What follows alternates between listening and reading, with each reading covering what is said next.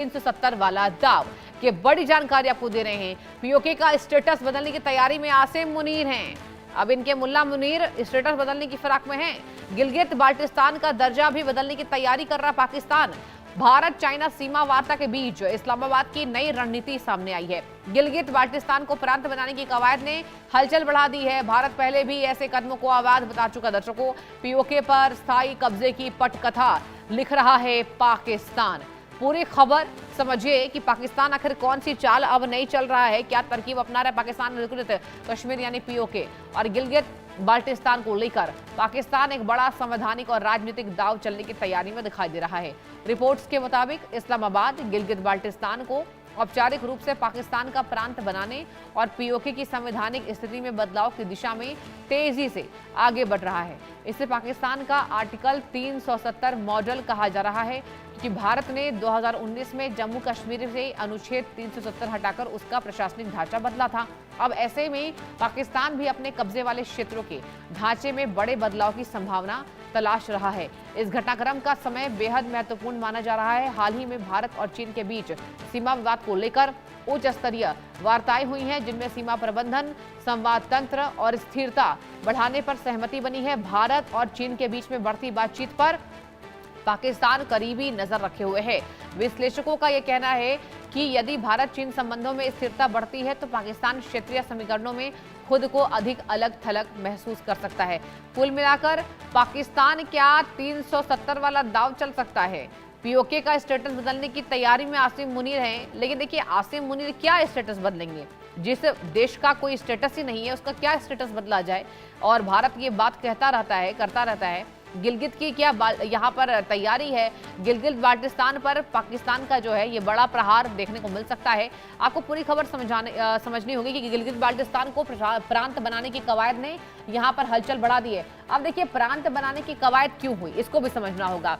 एक तरफ बलूच विद्रोही, एक तरफ अफगानिस्तानी, और देखिए जिस तरीके से लगातार पाकिस्तान के हुकूमत के खिलाफ वहां जन आक्रोश है, पीओके पर जिस तरीके से जनता का यहां नियंत्रण खो रहे हैं शहबाज सरकार और आसिम मुनीर, इसको लेकर हलचल बढ़ गई है, इसको लेकर टेंशन है।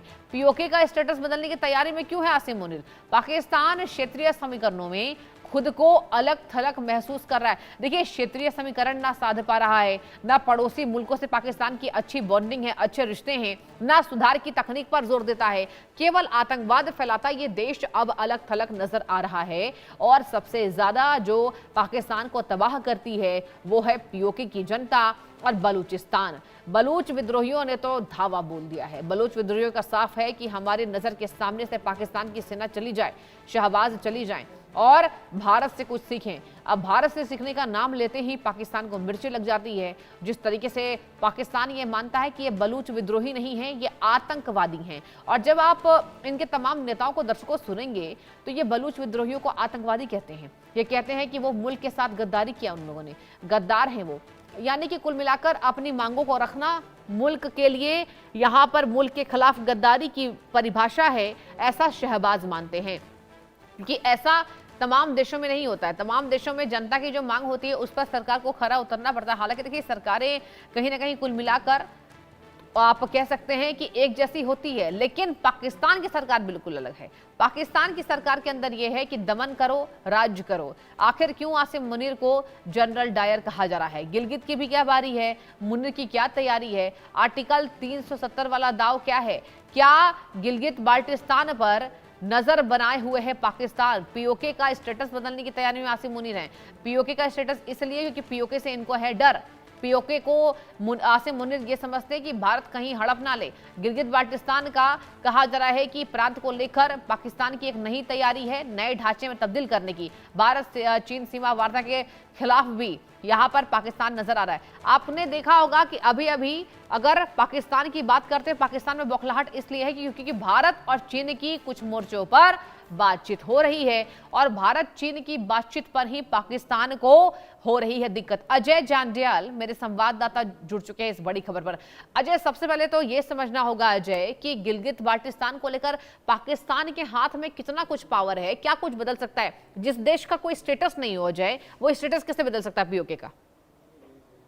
देखिए, दरअसल इस चीज को समझना होगा कि दफा 370 टूटने के बाद पाकिस्तान में जो बौखलाहट थी वो बढ़ गई थी। बढ़ इसलिए गई थी कि पाकिस्तान इतने सालों में पीओके के यानी कि पाकिस्तान के कब्जे वाले जम्मू कश्मीर में कोई हलचल या कोई हरकत कर नहीं सका, ना ही उसे अपना बना सका। ऐसे में अब नई नई कहानियां, नए नए रूल बनाकर पाकिस्तान ऐसा मंशा बना रहा है, देख रहा है कि भारत ने अगर ये कर दिया है और दुनिया में एक संदेश चला गया कि वो जम्मू कश्मीर जो पाकिस्तान जो भारत के पास है वो भारत का है या भारत का अभिन्न अंग है, तो फिर ये वाला पाकिस्तान का कब्जे वाला कश्मीर जो है इस पर दाव करना भारत ने शुरू कर दिया है। यानी कि पाकिस्तान को डर ये सता रहा है कि अगली कार्रवाई में पीओके उसके हाथ से निकल ना जाए, और ऐसी इसीलिए वो अपने संशोधनों को करके अपनी चीजों को बदलकर वो कहीं ना कहीं पीओके को और गिलगित बाल्टिस्तान को अपना बनाने का या अपना दिखाने की कोशिश कर रहा है, जो कभी हो नहीं पाएगा। पाकिस्तान करेगा कैसे? सबसे बड़ी बात है कि वो इलाके जो पाकिस्तान के अपने थे, जिन पे पाकिस्तान जिसका उसका अपना पुराना कब्जा था, उनकी अगर बात करें तो उसमें पाकिस्तान कुछ नहीं कर पाया। ना जो तहरीक तालिबान पाकिस्तान जहां पर एक्टिव है, नॉर्थ वजीरिस्तान की बात की जाए, खैबर पख्तूनख्वा की बात की जाए, वो बलूचिस्तान जिसे 1948 के बाद पाकिस्तान ने जो है जिस पर कब्जा किया था, उस पर पाकिस्तान कुछ नहीं कर पाया। तो आज पाकिस्तान के जो साथ से लगता जो अपना पाकिस्तान का इलाका था वो कट रहा है, पाकिस्तान खंड खंड हो रहा है। ऐसे में अब उन इलाकों में जिन पे पाकिस्तान ने बड़े समय बाद जबरन कब्जा किया और उनको हथियाने की कोशिश की, अब उनकी जो स्टेटस बदलने की कोशिश करेगा तो उससे बहुत ज्यादा फायदा पाकिस्तान को नहीं मिलने वाला। ठीक है अजय, बहुत अच्छी आपने जानकारी दी और आपको भी रक्षाबंधन की हार्दिक हार्दिक शुभकामनाएं। अजय, बहुत शुक्रिया जुड़ने के लिए और तमाम जानकारी देने के लिए। वक्त